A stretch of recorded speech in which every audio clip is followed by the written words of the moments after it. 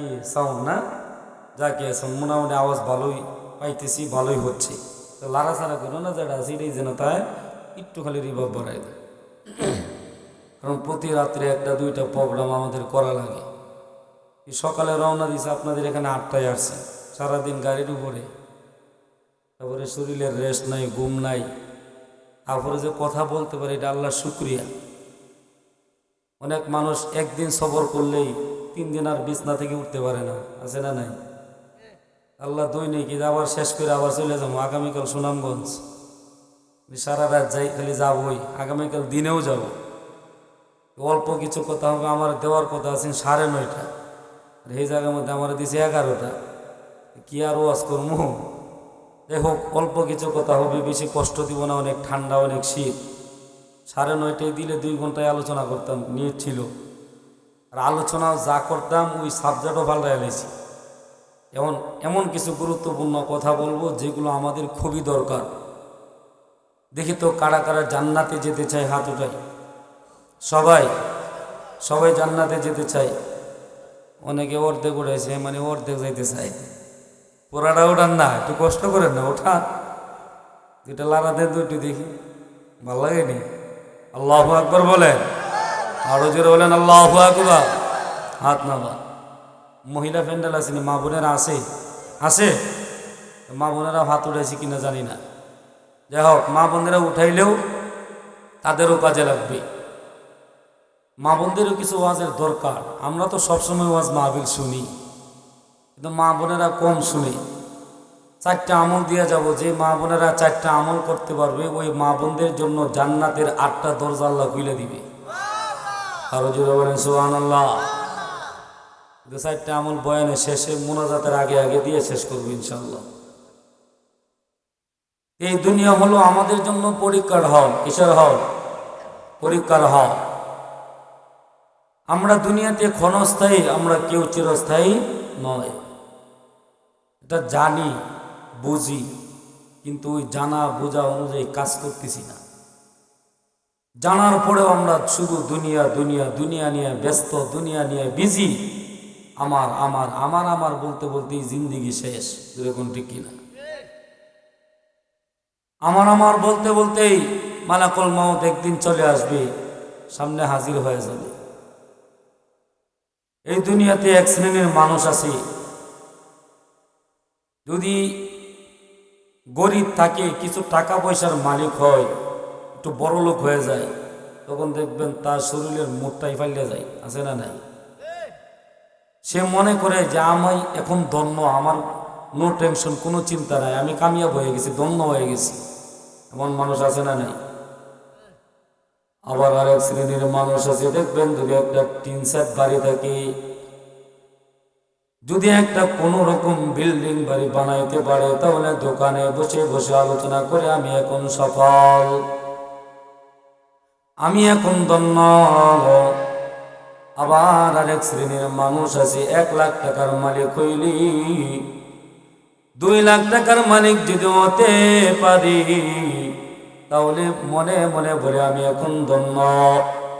আবার 1টা 2টা সন্তানের যদি প্রবাসে পাঠাইতে পারি, দোকানে বসে বসে আলোচনা করে আমি এখন লাকি, আমি এখন ধন্য, আমার কোনো চিন্তা নাই। প্রতি মাসে 2 সন্তান 1 লক্ষ টাকা পাঠায়, আমার মতো এখন সুখী এলাকার ভিতরে আর কেউ নাই। এমন মানুষ আছে না নাই? আবার আরেক শ্রেণীর মানুষ আছে, ব্যবসায়িক লাইনে যদি একটু এগিয়ে যায়, ব্যবসাটা যদি একটু উন্নত হয়ে যায়, তাহলে বলা বলি করে আমার মতো এখন সফল ব্যবসায়িক আর কেউ নাই, আমি এখন ধন্য, আমি এখন কামিয়াব। এ নবীর উম্মত, এখন জানতে চাই এই দুনিয়ার যত সফলতা আছে, এই সব সফলতা আসল নাকি নকল? জুড়ে বলেন। এই দুনিয়াতে যত সফলতা আছে হে মুমিন, সব সফলতা নকল, সব সফলতা হলো ধোঁকাবাজ। এই নবীর উম্মত, এই দুনিয়ার সফলতা তোমার চোখ দুইটা যখন বন্ধ হয়ে যাবে, দুনিয়ার সব সফলতা ফালাইয়া তোমাকে ওই কবরের পথে রওনা হওয়া লাগবে, ঠিক কিনা? এই জন্য আল্লাহ তাআলা বলেন, ফামান যুহজিহা আনিন নার,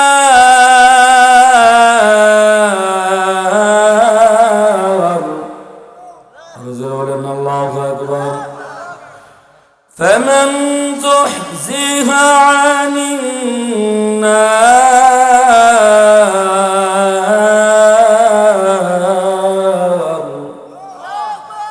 ওয়া উদখিলাল জান্নাতা ফাকাদ ফাজ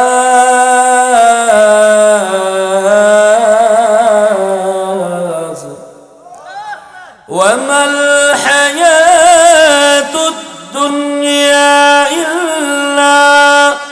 ইল্লা মাতাউল গুরুর।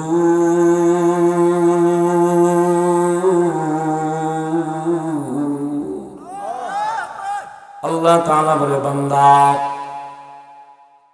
ফামান যুহজিহা আনিন নার, এ বান্দা আসল সফলতা কোনটা শুনে নাও।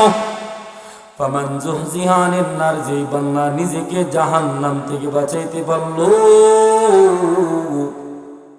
জাহান্নাম থেকে যেই বান্দা বেঁচে গেল, জাহান্নাম থেকে বাঁচার পর ওয়া উদখিলাল জান্নাতা ফাকাদ ফাজ, যেই বান্দা জান্নাত পেয়ে গেল, জান্নাতের মালিক হয়ে গেল, ওই বান্দাই হলো আসল সফল কাম। যেরকম ঠিক কিনা? ওটাই হলো আসল সফল। আর দুনিয়াতে তুমি সফল সফল বলো, আল্লাহ তাআলা বলেন, ওয়ামাল হায়াতুদ দুনিয়া ইল্লা মাতাউল গুরুর।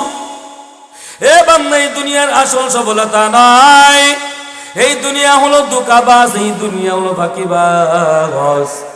অন্য আয়াতের মধ্যে আল্লাহ তাআলা জানায় দেয়, ওয়ামা হাযিহিল হায়াতুদ দুনিয়া ইল্লা লাহু ওয়া লাইব।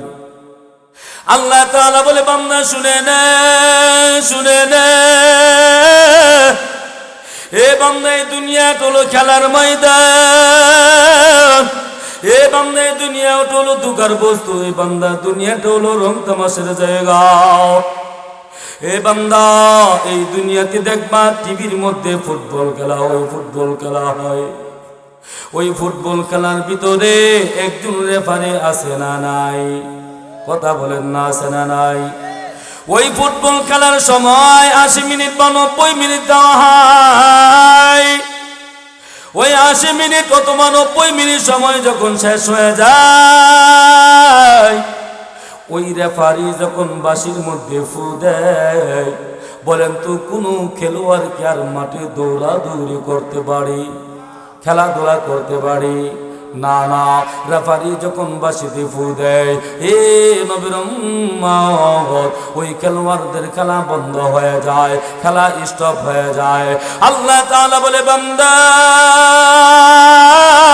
ওয়ামা হাযিহিল হায়াতুদ দুনিয়া ইল্লা লাহু ওয়া লাইব। এই বান্দা, এই দুনিয়া হলো খেলার ময়দান, এই বান্দা, এই দুনিয়া হলো খেলার মাঠ। এই বান্দা, এই দুনিয়াতে যতই ঘোরাফেরা করতেছো, এই বান্দা, এই দুনিয়াতে যতই খেলাধুলা করতেছো, এই বান্দা, দুনিয়া দুনিয়া যত করতেছো, এই বান্দা, আমি আল্লাহ তাআলা মালাকুল মউত একজন রেফারি আমি আল্লাহ রেডি করে রাখছি। এ বান্দা, ওই 50, 60, 70 বছরের বিচার মেয়াদ যখন শেষ হয়ে যাবে, এ বান্দা, তোমার হায়াত যখন শেষ হয়ে যাবে, ওই মালাকুল মউত যখন বাঁশিতে ফু দেবে, মালাকুল মউত আজরাইল যখন সামনে এসে দাঁড়ায় যায়, ওই মালাকুল মউত আজরাইল আইসা একটা মিনিট সময় আপনারে আমারে দিবে না।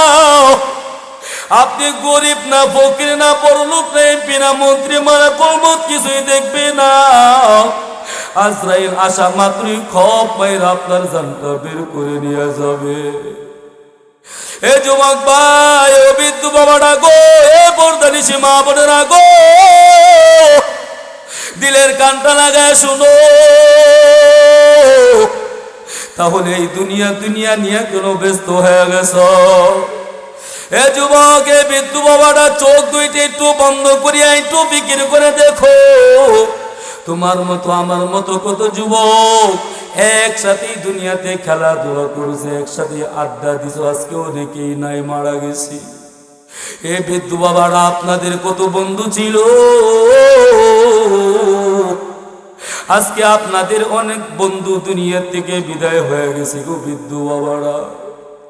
ও ময়দানে যারা আছেন, অনেকের মা, অনেকের বাবা, অনেকের দাদা দাদি হঠাৎ করে মারা গেছে, সময় পায় নাই, বলতেও পারে নাই, বিদায়ও নিতে পারে নাই, এই দুনিয়াটারে গুছাইয়াও যাইতে পারে নাই।